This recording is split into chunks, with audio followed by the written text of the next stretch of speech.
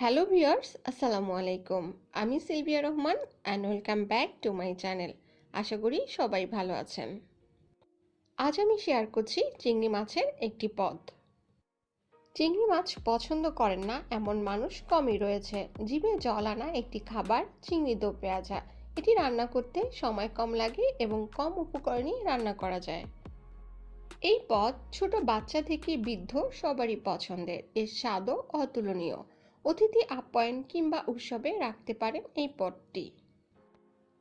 আর এই রেসিপিটি অত্যন্ত সাধারণ হলেও খেতে কিন্তু অসাধারণ। রেসিপিটি জানা থাকলে আপনিও ঝটপট রান্না করতে পারেন সুস্বাদু চিংড়ির দো পেঁয়াজা। তাহলে চলুন রেসিপিটি জেনে নেই।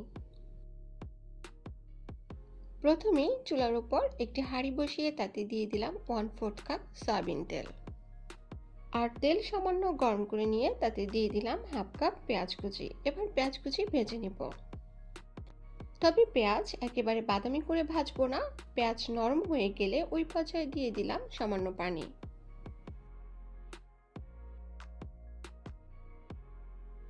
এবার দিচ্ছি 2 টেবিল চামচ পেঁয়াজ বাটা, 1 চা চামচ আদা বাটা, 1 চা চামচ রসুন বাটা।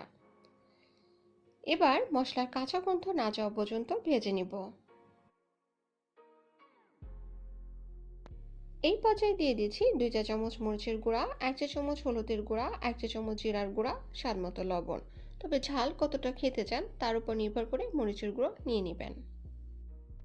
এবার সবকিছু ভালো করে কষিয়ে নিব। আর ভালো করে কষানো হয়েছে বুঝতে পারবেন যখন দেখবেন মশলা থেকে তেল ছেড়ে দিয়েছে এবং বাবুল সৃষ্টি হয়েছে। আর এই পর্যায়ে দিয়ে দিচ্ছি কেটে ধুয়ে পরিষ্কার করে রাখা চিংড়ি মাছগুলো। আর এই চিংড়ি মাছগুলো আমি সামান্য মরিচ হলুদের গুঁড়া ও লবণ মাখিয়ে রেখে দিয়েছিলাম। এবার চিংড়ি মাছগুলো মশলার সাথে ভালো করে মিশিয়ে নিয়ে 2 থেকে 3 মিনিট জাল দিয়ে 1 কাপ পানি দিয়ে দিলাম। আমার চ্যানেলে চিংড়ি মাছের আরও অনেক রেসিপি আছে, যার লিঙ্ক আমি ডেসক্রিপশন বক্সে দিয়ে দিব। আপনার প্রয়োজন হলে দেখে নিতে পারেন। এখন 5 মিনিটের জন্য ঢাকনা দিয়ে জাল দিব সিদ্ধ করার জন্য। ফিরে এসেছি 5 মিনিট পরে।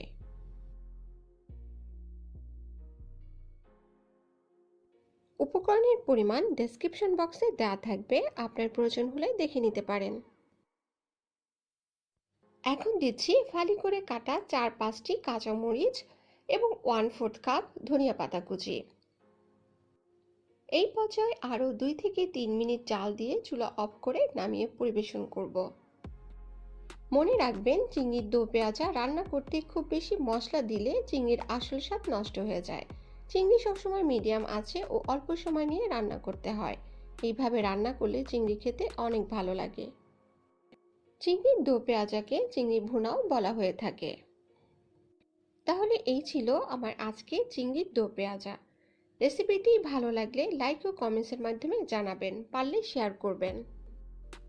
আর আমার নিত্য নতুন রেসিপি পেতে চাইলে এখনও যদি আমার চ্যানেলকে সাবস্ক্রাইব না করে থাকেন তাহলে সাবস্ক্রাইব করবেন এবং পাশে থাকা বেল আইকনটি অবশ্যই প্রেস করবেন, যাতে করে আমি যখনই কোনো নতুন রেসিপি আপলোড করব তার নোটিফিকেশনটি সবার আগে পৌঁছে যায় আপনার কাছে। যারা অলরেডি আমার চ্যানেলকে সাবস্ক্রাইব করেছেন আপনাদের অসংখ্য ধন্যবাদ, কেননা আপনাদের এই সহযোগিতার জন্যই আমার চলার পথটা এতটাই সহজ হয়েছে। আশা করি ভবিষ্যতেও আমার পাশে থাকবেন। আজ তাহলে এই পর্যন্ত। আল্লাহ হাফেজ।